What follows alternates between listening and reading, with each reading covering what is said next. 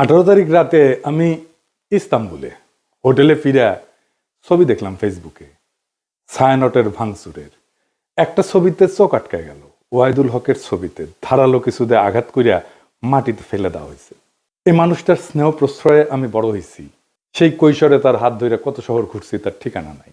আমার বাবার বন্ধু সঙ্গীত গুরু ওয়াহিদুল হক, আপনারা বুঝতে পারতেছেন আমি ঢাকায় থাকলে ওই ছবিটা অন্তত বুক দিয়ে আগলাইতাম।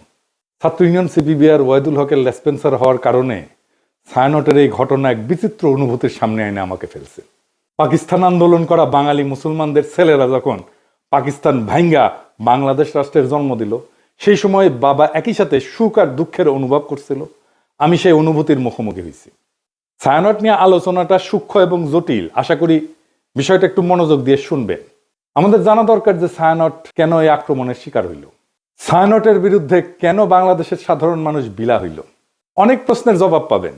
আমি নিজে ছায়ানটকে বাংলাদেশে ভারতীয় কালচারাল অ্যাসেট হিসেবে চিহ্নিত করছি, কোনো সন্দেহ নাই। কেন করছি সেটা আমি হয়তো পরিষ্কারভাবে ব্যাখ্যা করিনি। আজকে সেই ব্যাখ্যাটাও আপনারা পাইবেন।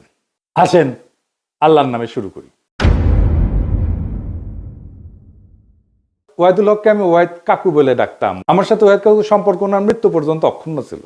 টক ঝাল মিষ্টি সেই সম্পর্ককে এখন আমি মিস করি। ওনার মৃত্যুর পরে আমি ফেসবুকে একটা নোট আকারে লেখা লিখছিলাম, ওয়াহিদুল হক তারুণ্যের শুভবোধনের ঋত্বিক। আমি জানি না ওই লেখাটা আমি আর খুঁজে পেলাম না, কারো কাছে যদি থাকে আমার একটু খোঁজ দিয়েন।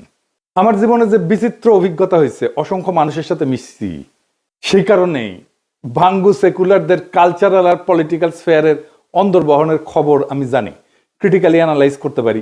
তার কারণ ওই ক্ষুদ্রকাল থেকে আমার এই ওরিয়েন্টেশনের সাথে আমি যুক্ত। এই কারণে আমি জানি ঠিক কোথায় ওদের উইক পয়েন্ট আর কোথায় তাদের শক্তির দিক।